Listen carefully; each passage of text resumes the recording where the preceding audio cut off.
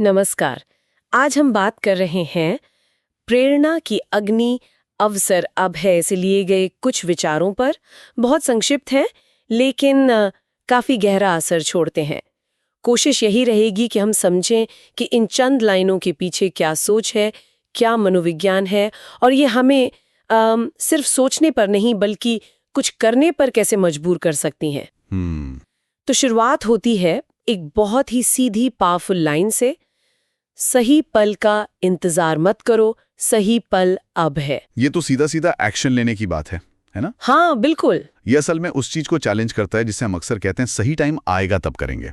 देखिए, मनोवैज्ञानिक तौर पर हम हिचकते हैं शुरू करने से। हाँ, वो डर लगता है शायद। हाँ, डर, असफलता का डर, या फिर ये सोचना कि अभी पूरी तैयारी नहीं है।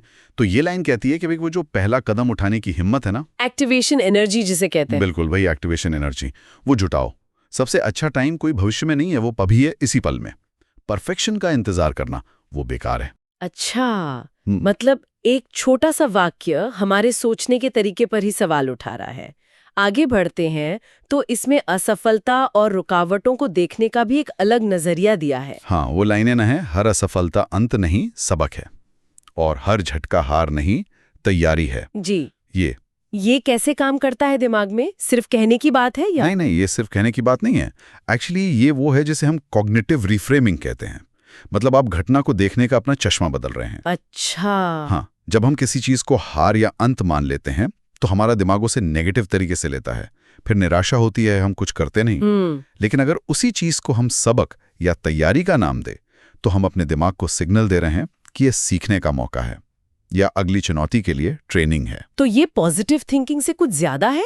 बिल्कुल ज्यादा है। ये एक्टिवली मीनिंग बदलना है। इससे क्या होता है, हमारी रेजिलियंस, मतलब मुश्किलों से लड़ने की ताकत, वो बढ़ती है और हम आगे बढ़ पाते हैं। हार का डर वो कम हो जाता है, वो बस एक इन्फॉर्मेशन बन जाती है। सही कहा। मतलब सिर्फ शब्दों का खेल नहीं, सोच में एक असली बदलाव, और इसी से जुड़ा हुआ अंदरूनी विश्वास पर भी जोर है। हाँ, वो पंक्तियां, आप जितना सोचते हैं उससे ज्यादा मजबूत हैं और आप जितना मानते हैं उससे ज्यादा काबिल हैं। ये सुनने में अच्छा लगता है, लेकिन इसका प्रैक्टिकल मतलब क्या है? देखिए, ये सीधे सीधे जुड़ता है सेल्फ एफिकेसी से, आत्म प्रभावकारिता। इसका मतलब सिर्फ ये सोचना नहीं कि मैं अच्छा हूं, बल्कि ये गहरा विश्वास कि मैं जो लक्ष्य पाना चाहता हूं, उसके लिए जो जरूरी काम है वो मैं सफलतापूर्वक कर सकता हूं।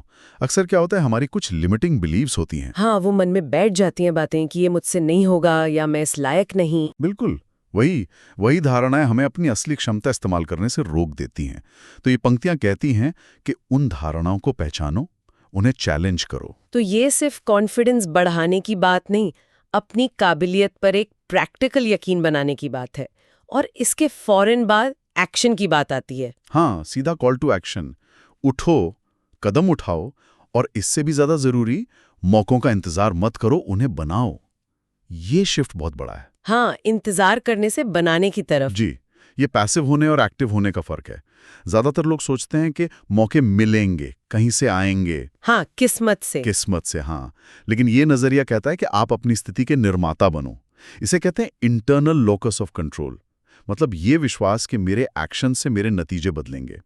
मौके ढूंढना या बनाना ये एक स्किल है, इसे सीखा जा सकता है। ये सिर्फ लक की बात नहीं है। और फिर आखिर में वो अर्जेंसी, वो तुरंत करने की जरूरत फिर से दोहराई गई है।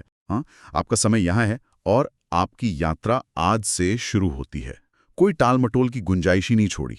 और अंत होता है एक छोटी लेकिन बहुत दमदार तिकड़ी से, इस पर यकीन करो, इसे जियो, इसे हासिल करो। ये सिर्फ सोचने या महसूस करने पर नहीं रुकता। बिल्कुल सही। ये एक प्रोसेस है।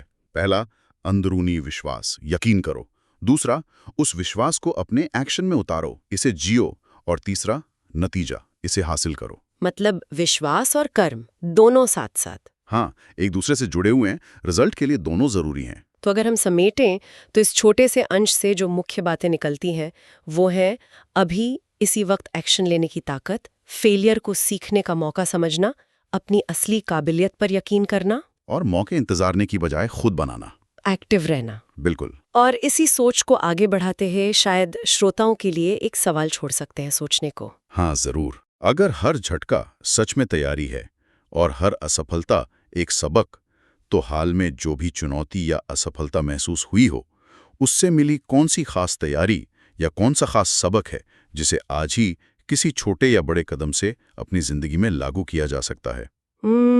सोचने वाली बात है। ये प्रेरणा को एक्शन में बदलने में मदद कर सकता है। ये बिल्कुल।